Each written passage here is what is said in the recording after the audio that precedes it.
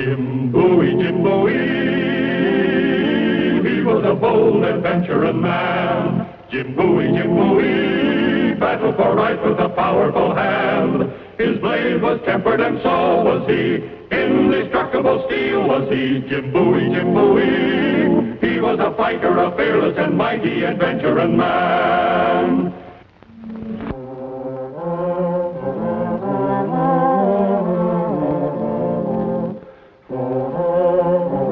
In the year 1829, a traveler from the Ohio River Valley had two ways of getting to New Orleans.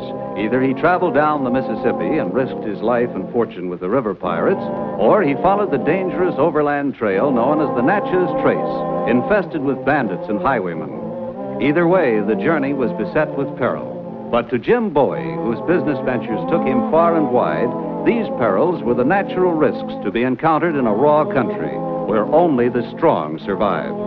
To Jim Bowie, these perils spelled adventure.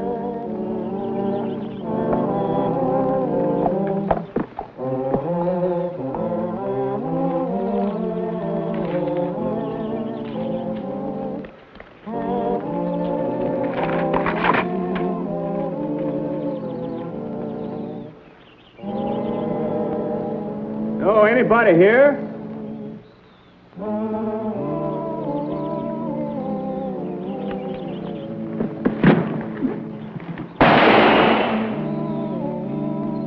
You there in the wagon. How about a little talking first and shooting after? Huh? I don't mean you any harm. What are you scared of?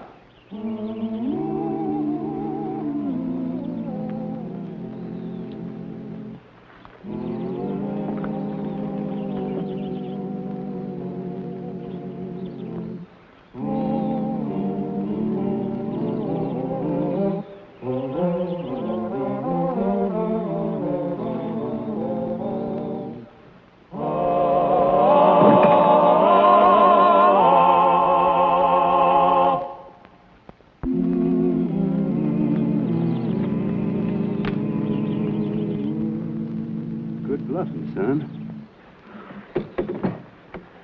Where is everybody? There was only me and Pop. They killed him. They? Yeah. I thought you was one of them coming back after me.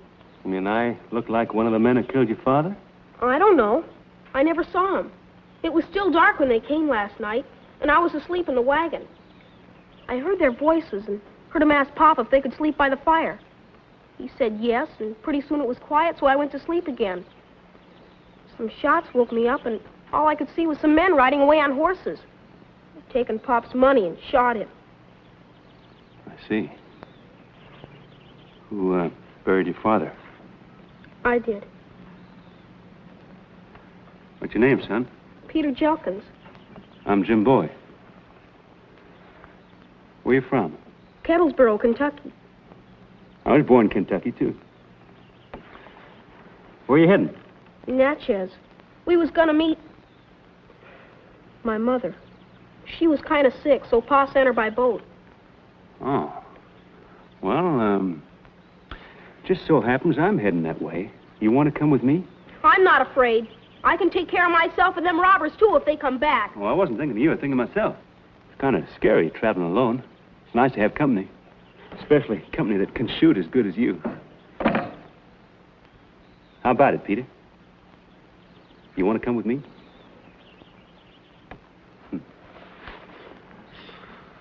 Well, let's take a look around, shall we? A lot of hoof marks here in the soft earth. Looks like 2 horses and a donkey or burro. See those little hoof marks there?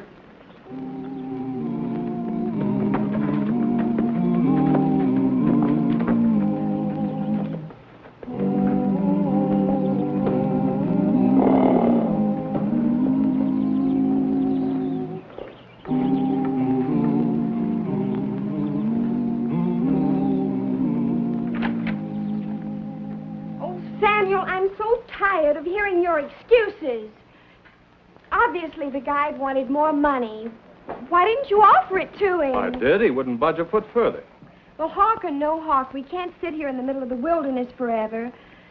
Either we go on without a guide or we turn back. It's times like this when a woman needs a man like your father. He'd never been scared out by any hawk. Pardon me, folks. I couldn't help overhearing. What is this about the hawk being on the trace again? It is true. Twice the hawk struck during the past week. He robbed and murdered both victims. Oh, allow me to introduce myself. I am Deacon Haskell of Piney Ridge. I have traveled the trace many times, spreading the gospel, and I have yet to come to any harm. Perhaps you are unduly alarmed. Don't fool yourself, Deacon. It was the hawk, all right. He always treats his victims the same way. Robs them and then kills them. Now, you folks want my advice, you won't venture out on that trace without a good guide.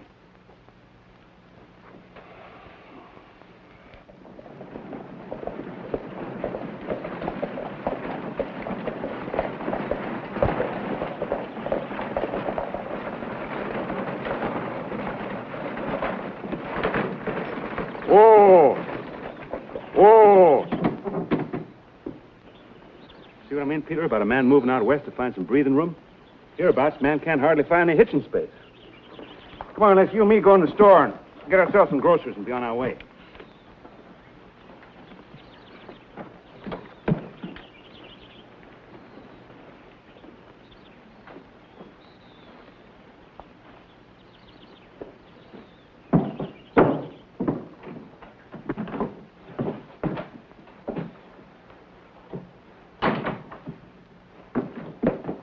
Howdy, Yancey. Well, howdy, Jim. Hey, I see you're carrying that new knife Mr. Black made for you.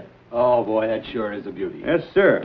Don't mind telling you, it feels good hanging there, too. Ah, I thought you was heading for home. I was. Changed my mind. I got myself a new partner. He's got an appetite bigger than mine. We need some groceries. Slab of bacon, 5 pound of beans, please. Right. Say, wasn't you in here just yesterday with a kind of an oldish man? That was my father. His father was murdered and robbed on the trace a few miles south of here. I'm taking him to Natchez to his mother. You hear that, folks? His father was robbed and murdered on the trace just south of here. Poor boy. Was it the man called the hawk? He doesn't know. He was asleep. He only woke up when they were riding away. He didn't see him clearly, just heard their voices. Yeah. Peter, will you take us out the wagon? Well, don't just stand there, Samuel, with your mouth open. Tell us what we do now. What can we do without a guide? Well, the trace is clearly marked. Just follow the wagon track. Well, the truth is, Jim, these folks ain't used to traveling by trail. They're from the city. Oh. Our guide was scared out by all this talk of the hawk operating again. He left us flat. Miss Pope and I have to get to Natchez. We're getting married. Mr. Cummins is her fiancé, and the lady there is her mother, Mrs. Pope. Howdy, man. And I didn't catch your name, mister. August Meyer, I come from Germany. And the gent with the stovepipe hat is Deacon Haskell from Piney Ridge. Howdy do, sir. Folks, meet Jim Bowie. I don't mind telling you all, the trace is no place for a bunch of greenhorns. Begging your pardon, man. Oh, don't apologize, Mr. Bowie. We're greenhorns, all right. There's no mistake in that. All the same, if I were a man, I'd show that hawk a thing or two. Yeah, I bet you would at that.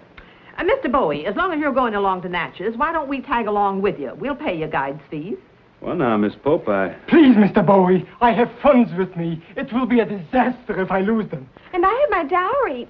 You wouldn't want me to be a pauper when I got married, would you, Mr. Bowie? With beauty such as yours, miss, a lady would never be poor. You hear that, Samuel? Why can't you ever say nice things like that? You'd be doing them a real favor, Jim. If the hawk is loose on the trace, these folks wouldn't have a chance. Now, seeing as how you're going that way anyhow with a little problem, you might as well take along a big one. Well, all right. But on one condition, I'm boss. Oh, that's fine with me. Now, Lucy, don't you give Mr. Bowie any trouble. If she does, you have my permission to give her a good switching. Thank you, ma'am. That'll be a pleasure. Fine with me, Mr. Bowie. Me too. May I go along too, sir? Of course, Deacon. Well, now that that's settled, when do we start? Right now. Load up, everybody. I'll be ready in about half an hour. No, we're leaving now, miss. But I would like to take a bath and change. We're leaving now, with or without you, Miss Pope. Excuse me, ma'am.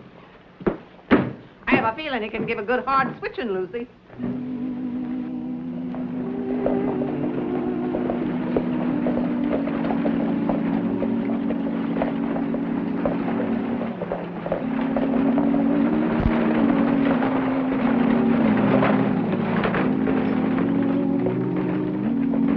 Whoa! Let me spell you, Sam. His name is Samuel, Mother. Well, I like Sam. Sounds more like a man. Well, I like Sam, too. Well, I like Samuel, and you're going to be called Samuel. Do you know what my husband would have done to me if I'd screamed at him like that? He'd have kicked me right in the bustle. I'd like to see somebody try that with me. So would I. Go on.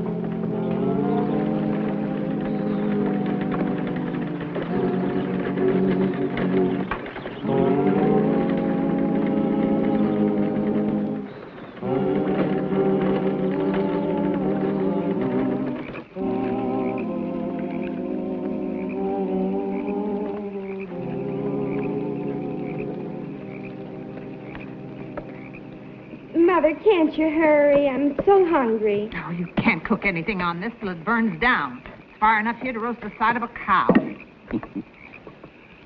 That fire's to keep warm by, Miss Pope.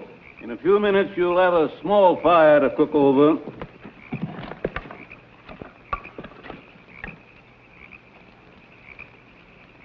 Who's missing?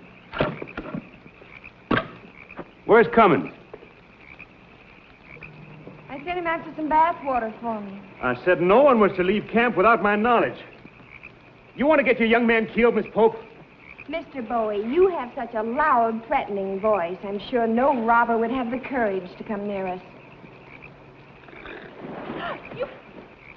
There's work to be done, Miss Pope. Get on your feet and help your mother cook supper.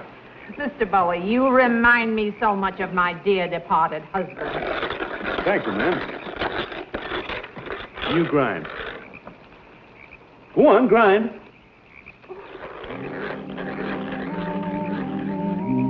How many fires you see, Jacques? 2.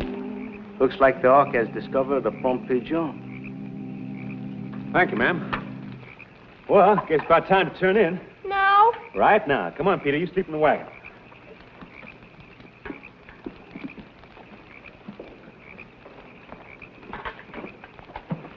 Time to stop, time to eat, time to sleep.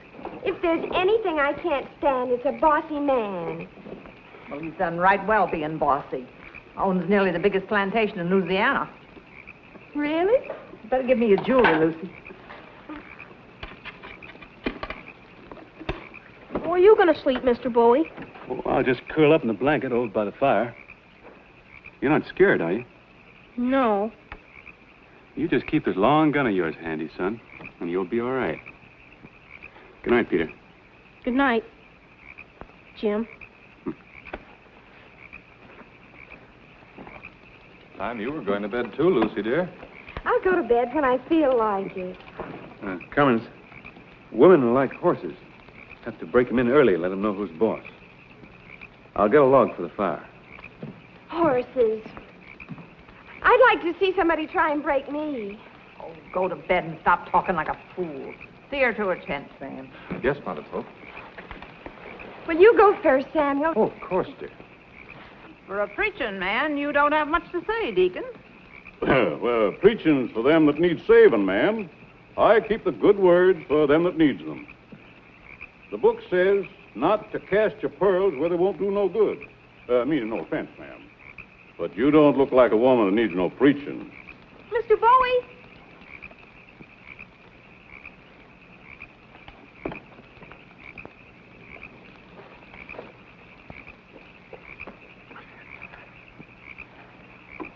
What's the matter, Sonny? You want something? Did you ever see me before, Sonny? No, sir. I wouldn't say anything to Mr. Bowie if I was you. I wouldn't like that. And I'll be watching you.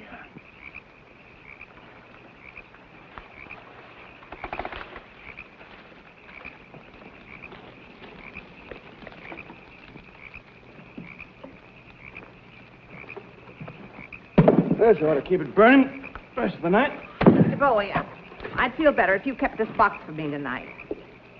Oh, if it'd make your rest easier, Miss Pope. Thank you. Good night. Good night. Good night, Mother Pope. Good night, then.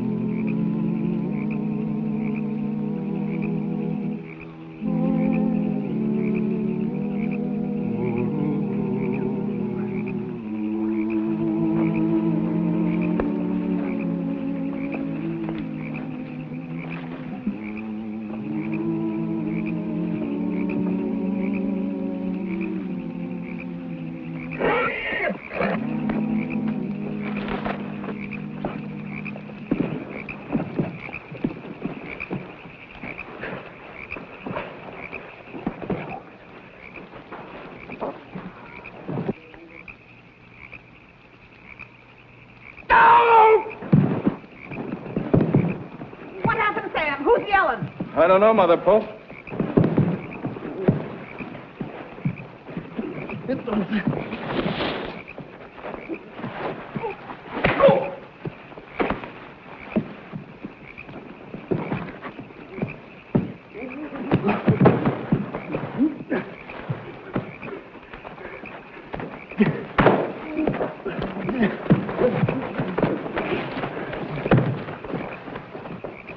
Hold it, Cummins.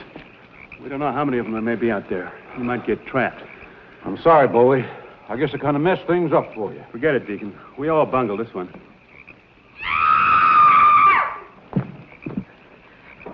What is it, Miss Pope?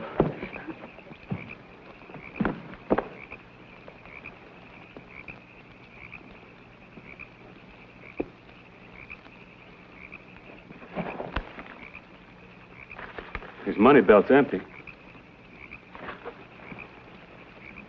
And his shoes are missing. That's funny. He had them on when he laid down to sleep.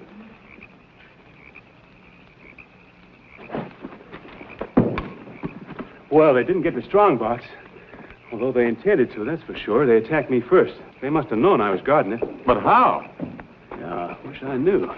Mr. Bowie, Yes, Peter, what is it?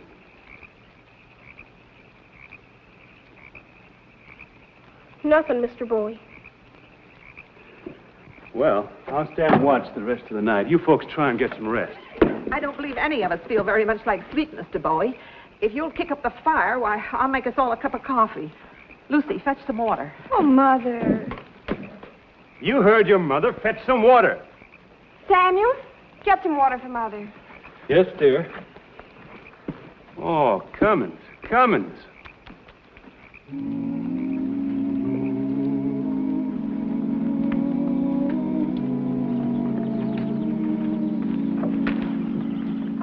Mr. Bowie, I want to tell you something quick. What is it, Peter? Shh, not so loud. The deacon will hear. What about the deacon? Last night, the minute I got in the wagon and covered my head with a blanket, I heard the deacon's voice and I remembered. It's the same voice I heard when my pa was killed. You sure? I'm sure, all right. He knows I know, too. I think he wants to kill me, Mr. Bowie. Peter, you mustn't start imagining things. I'm not imagining things. That's the man that killed my pa. I'll bet he killed August, too. You could be right. But we'd have to catch him in the act. They didn't get the strong box, so they'll probably try again tonight. If they do, we'll have a little trap ready for them. Go on, climb in.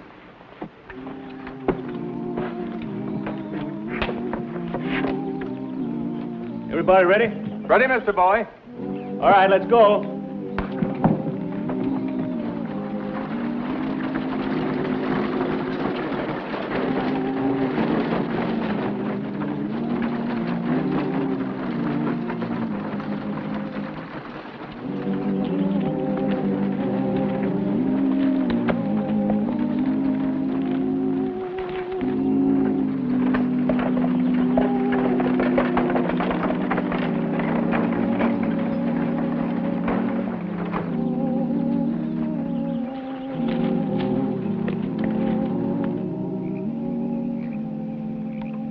Lucy, collect the plate. Samuel, collect the plates for Mother. Samuel, collect the plates for Mother. You certainly don't believe in spoiling your future husband before marriage, do you, Miss Pope? If you think a woman should spend her life waiting on a man hand and foot, I pity your poor wife. Oh, I pity her too, miss. In fact, I pity her wife so much I never took one yet. Come on, young fella, it's time for you to go to bed. Oh, and son, you take the strong box. Nobody'd think of a kid guarding it. Thanks, Mr. Bowie. I'll guard it real good. All right. Good night, lad. Lucy, bedtime for you and me, too. I want you to rub my back with some of that liniment. Good night, Sam. Good night, Lucy, dear. Good night, Sam. Cummins, you take the first watch before you get too sleepy. Oh, that's very kind of you, Mr. Bowie. Say, Bowie, maybe I better look at the horses. That's a good idea, Deacon. That's a good idea. And see, they're tied close, huh? So they can't move around too much? I'll see to it. Where's the big fellow with the knife sleeping? I'll take care of him. You go for the kid in the wagon. He's got the strong box. And make a good job of him. That boy knows that I killed his old man. You handle the young fellow standing watch. He's over there by the Surrey. Wait. All right, we know what to do. You get back there. See that you do.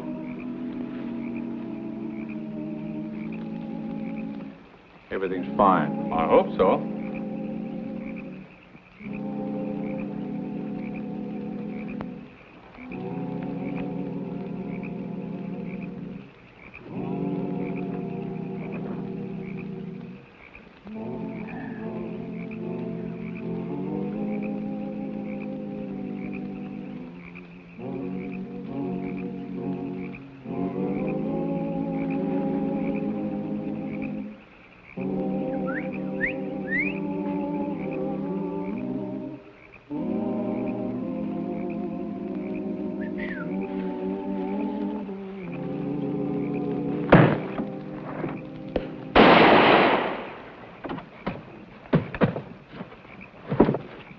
Drop that knife.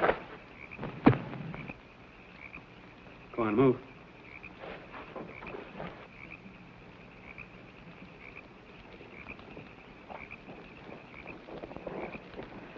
Quick, Finnegan's running away!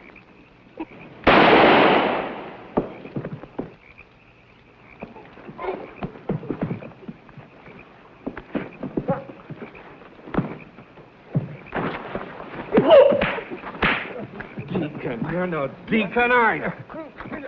No! No! No!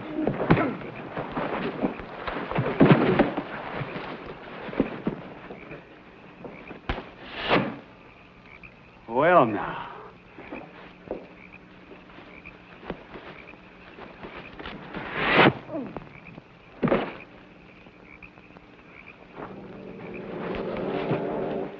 No, Mikey, no.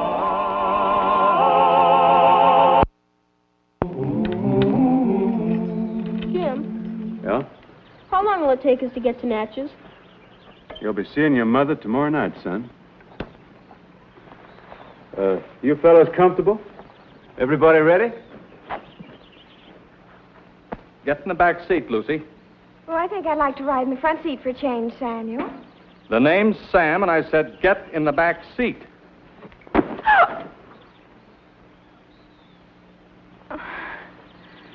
Whatever you say, dear. Sam?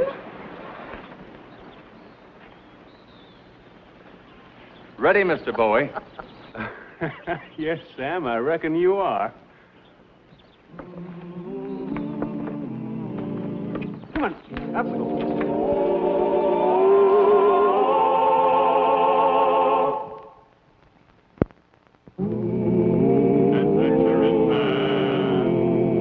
Adventuring man, Jim Bowie.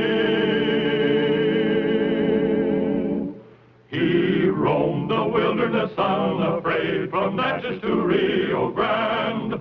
With all the might of his gleaming blade, he fought for the rights of man. Jim Bowie, he was a bold adventuring man. Jim Bowie, battled for right with a powerful hand. His blade was tempered and so was he. Indestructible steel was he. Jim Bowie. He was a fighter, a fearless and mighty adventuring man.